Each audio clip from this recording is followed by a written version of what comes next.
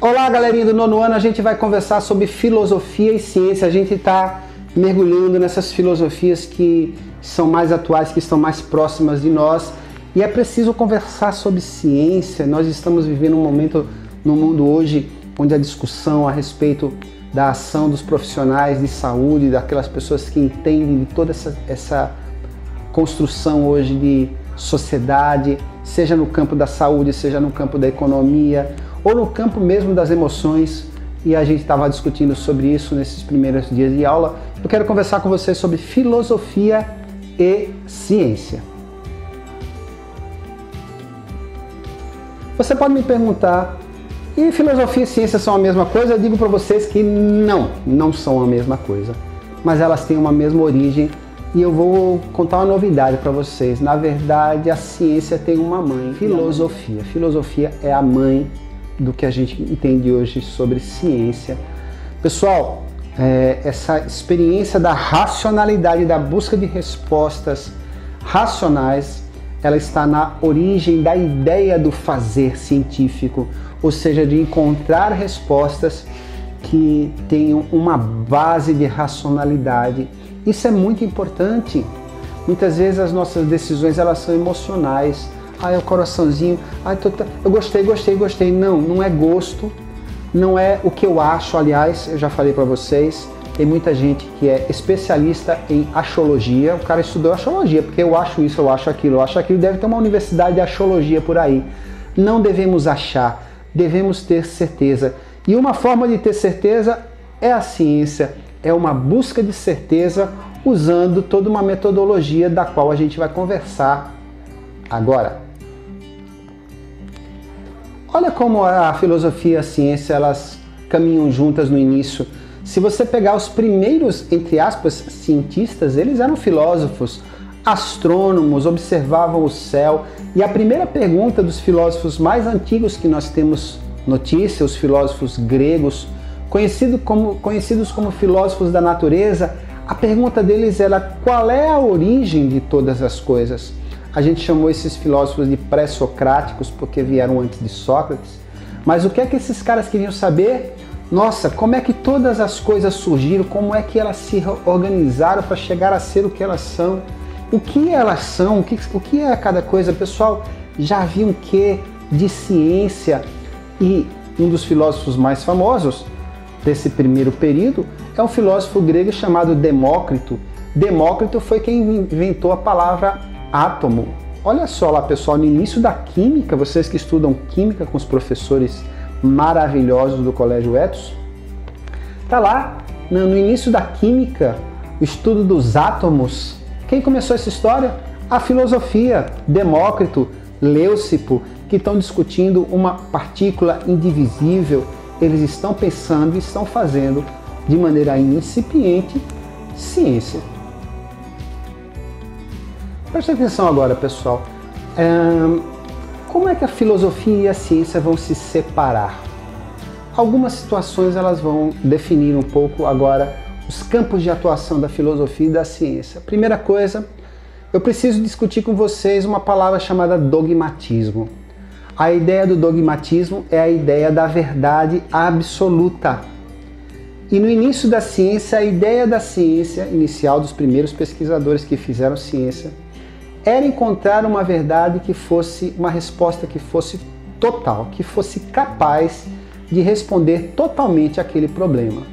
E aí nós temos uma separação de filosofia com a ciência, porque a filosofia admite mais de uma resposta para o problema, enquanto a ciência ela diz que há uma única forma de responder ao problema. A filosofia admite que um problema pode ter muitas abordagens e muitas respostas, inclusive conflitantes. Então, essa ideia do dogma, de uma verdade absoluta, de uma verdade total, uma verdade capaz de responder totalmente a um problema, o dogmatismo é a base da ciência. A filosofia, algumas correntes filosóficas são dogmáticas, mas na sua maioria a filosofia admite outras respostas que não apenas uma. Vamos fazer um pouquinho de história. Historicamente, é a partir do século XVIII que aquilo que a gente vai chamar de ciência depois começa a acontecer. Quando é que isso está começando a ferver, esse caldeirão? É justamente nesse período final da Idade Média, quando alguns matemáticos físicos eles estão descobrindo uma nova forma de observar os fenômenos. Eles tiveram à disposição alguns equipamentos novos que foram inventados nesse período, e a tecnologia ela sempre acompanha a descoberta. Uma coisa puxa a outra, né? Você desenvolve possibilidades de aprender coisas novas com as novas tecnologias. E nesse momento, pessoal, uma nova proposta de investigação. E quem começa isso é esse pessoal, Galileu, Copérnico, Kepler. Então são esses primeiros pensadores que causaram o que a gente chama na história de revolução científica. E nesse momento há então realmente uma ruptura, digamos assim, uma separação de orientação, de olhar, de visão, de filosofia e de ciência. Olha só, pessoal, eu quero trazer para vocês um filósofo aqui dizendo justamente que agora, pessoal, a gente vai mostrar como que talvez a filosofia ela vai começar a fazer uma certa crítica da ciência. Olha só, a filosofia nasceu no mesmo momento da ciência, elas se separam num determinado momento histórico, e agora a filosofia vai exercer um papel importante, que é fazer a crítica da ciência.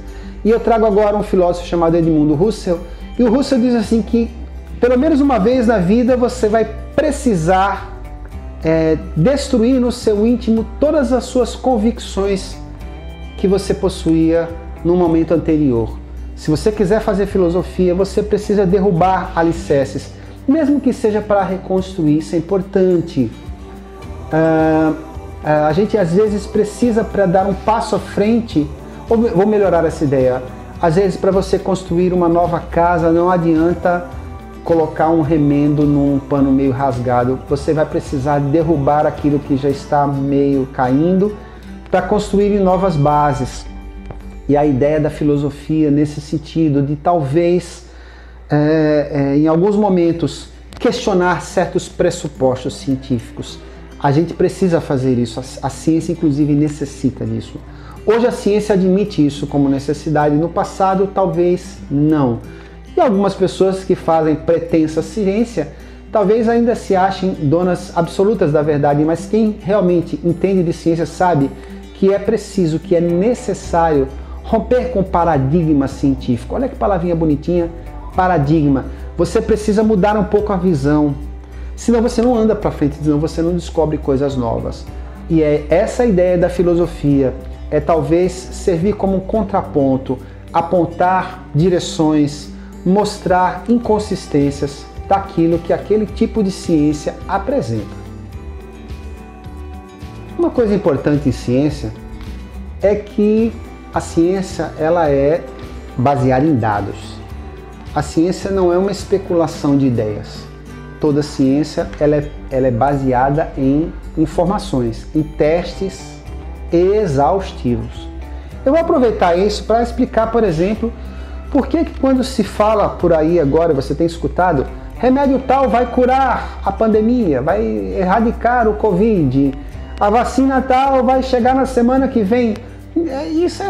Essas conversas são boas para manter você na alegria e na esperança. E de fato, em algum momento isso vai acontecer, porque é assim que funciona. Em algum momento, os cientistas vão desenvolver um remédio. Em algum momento, os cientistas vão desenvolver uma vacina. Eu só posso dizer a você com toda certeza, não vai ser agora. Vai demorar um pouco. Porque o pressuposto da ciência é que seja testado e testado e testado, até que aquilo tenha absoluta convicção de que aquilo é eficaz. Eu não estou falando somente da questão da medicina, mas de qualquer coisa que tenha um pressuposto científico. Ah, mas minha avózinha ficou curada porque tomou um chá de erva cidreira. Amigo, isso não é ciência. A ciência não se faz assim. Até porque quando a gente lida com a cura de alguém, no caso da ciência médica, e existe tantos fatores que estão em jogo naquele momento, talvez tenham agido naquela situação muitos outros elementos que não necessariamente aquele que você acreditou serem necessários para comprovar a eficácia daquele saber científico. Então a ciência ela precisa ter como pressuposto a base da ideia testada, as hipóteses sendo aprovadas, para que então realmente você possa colocar aquilo como um elemento de fundamento para o que está sendo discutido. Uma pergunta que poderia surgir: a ciência ela é neutra? Como assim, Rogério? Não entendi, que pergunta é essa? As pessoas que desenvolvem ciência estão fazendo isso sem nenhum objetivo a não ser descobrir algo novo? Será? A maior prova de que isso não é verdade, primeiro que ciência é uma coisa muito cara. Fazer ciência é algo muito caro. Precisa de muito investimento. E a maior prova de que a ciência não é neutra é a indústria das armas, que é uma das grandes indústrias desse planeta. Os Estados Unidos hoje, boa parte dos seus políticos, congressistas, inclusive presidentes, são bancados pela indústria das armas. Vou recomendar aqui um outro filmezinho, O Senhor das Armas.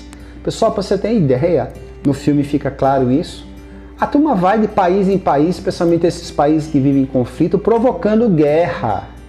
Os caras têm interesse, porque se não tiver guerra, não vende arma. Se não tiver conflito, onde é que a indústria de arma vai vencer? Já pensou se tivesse todo mundo em paz? Vamos estabelecer a cultura da paz.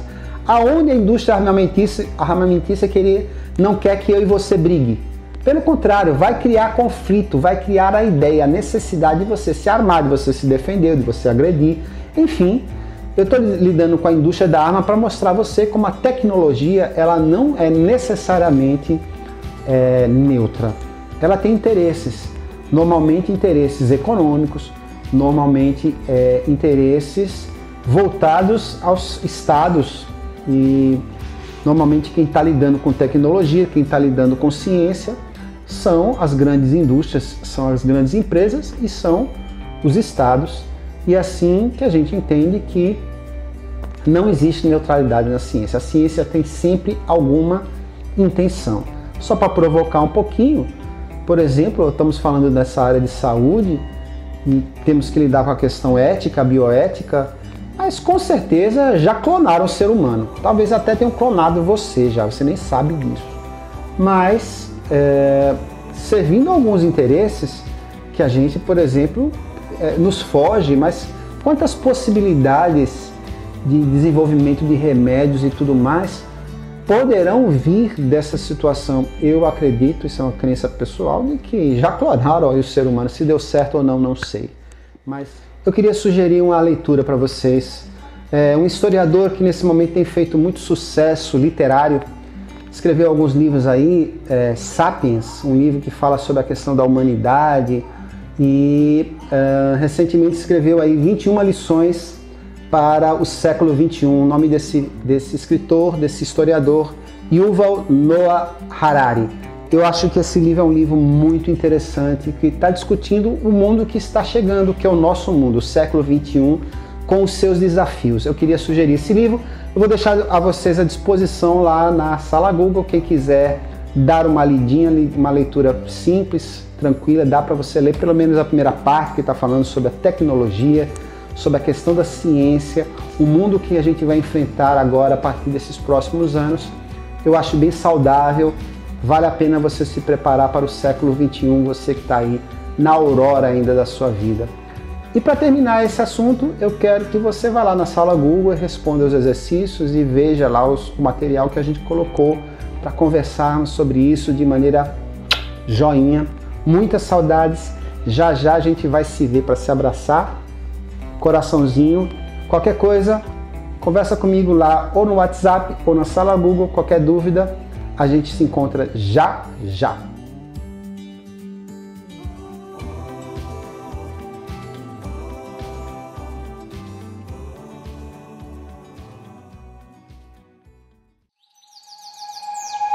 Música